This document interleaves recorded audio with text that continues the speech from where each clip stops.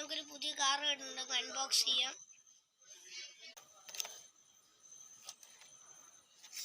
അടി വാ കാറേ, വീടുണ്ട്.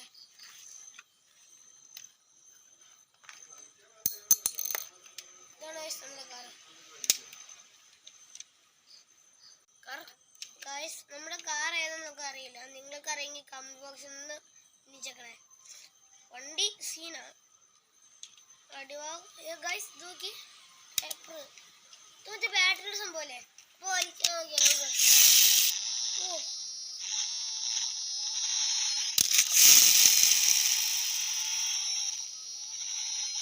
ഇതാണ് ഗൈസ് വണ്ടിയുടെ ഡീറ്റെയിലിങ്സ്.